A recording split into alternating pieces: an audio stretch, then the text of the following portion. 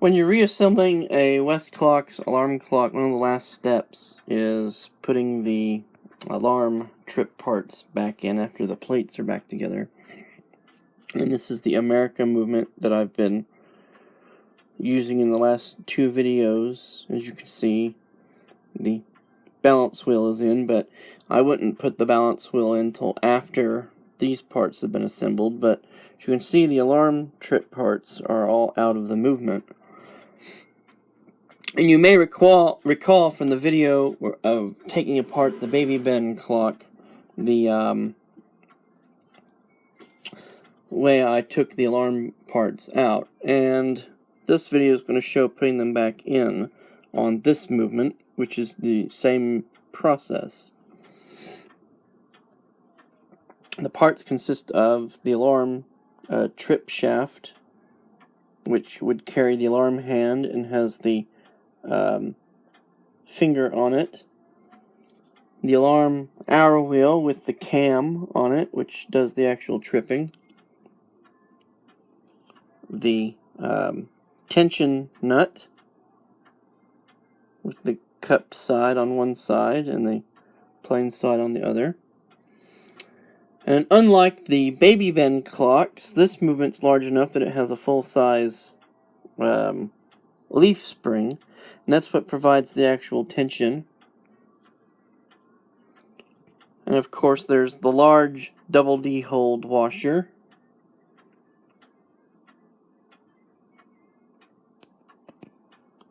and the small double D hold washer.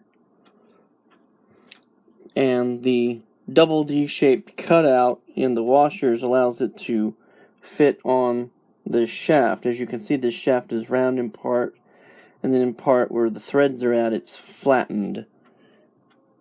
And if I demonstrate with this large washer here, because of the double D shape, it slides over the flattened part, but bottoms out against the shoulder there where the shaft goes round.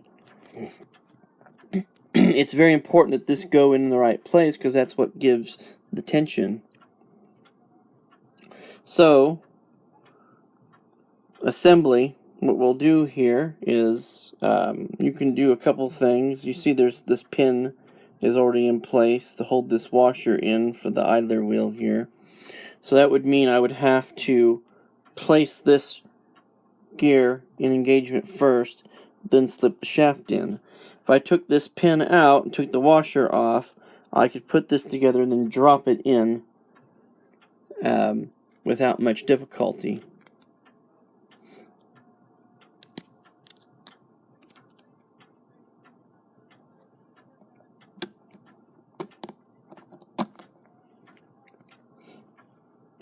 I have the shaft started through now, and I'm going to run it through until I get to the point where I need to install the large washer.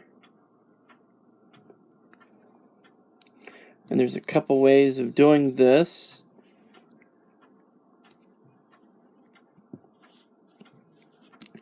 On this movement, things are large enough that I can probably just place the washer here on the plate like that, and then sort of fish for it a little bit, especially since I'm doing this in an awkward manner straddling a camera.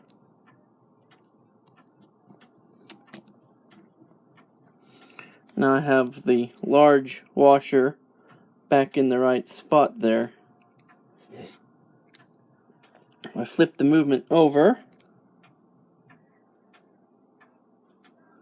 You see two holes here for the ends of the leaf spring to go on, like that. Then a double D-shaped washer. Then the tension nut. And these tension nuts don't have flats on them, they're round.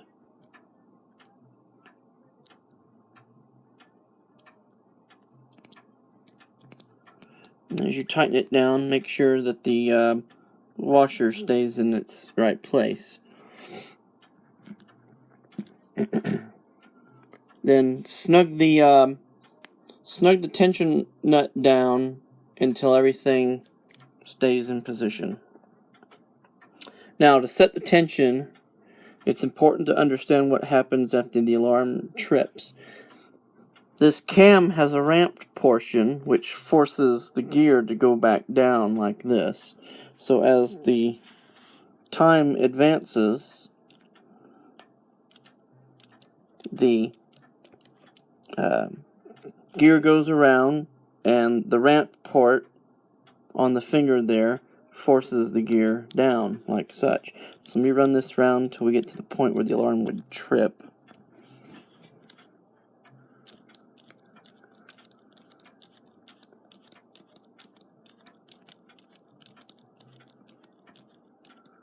Okay, we're about to the point where the alarm's going to trip.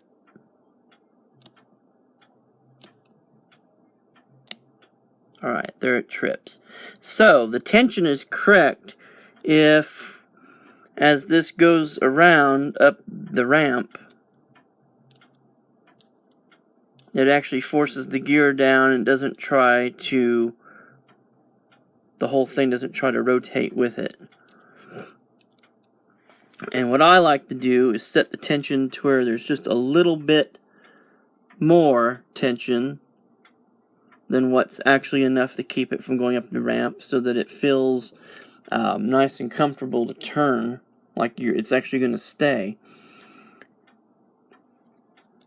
But that's probably the most important thing, is to make sure that the alarm set tension, that this spring is compressed enough that this right here, the little finger and the shaft don't try to follow this gear round when it gets to the point where it has to push the gear back towards the dial plate.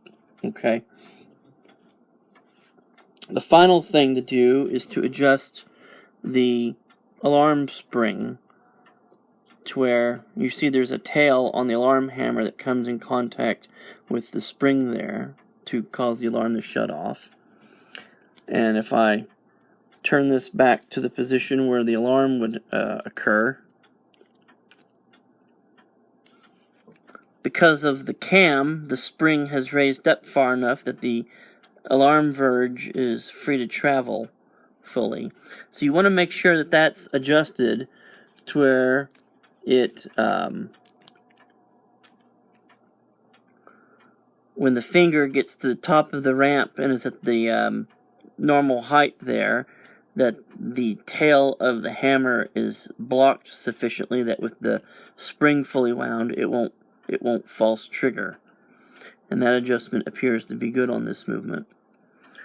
So with all that set up, we can then install the other double D shaped washer that goes between the tension nut and where the knob would go, and the job is done. You put the back of the case back on, and then put the knob back on. On this particular clock, the knob has to be unscrewed for the back to come off, the hole being large enough for the center knob to stay on. So that's how the Westclox alarm is adjusted.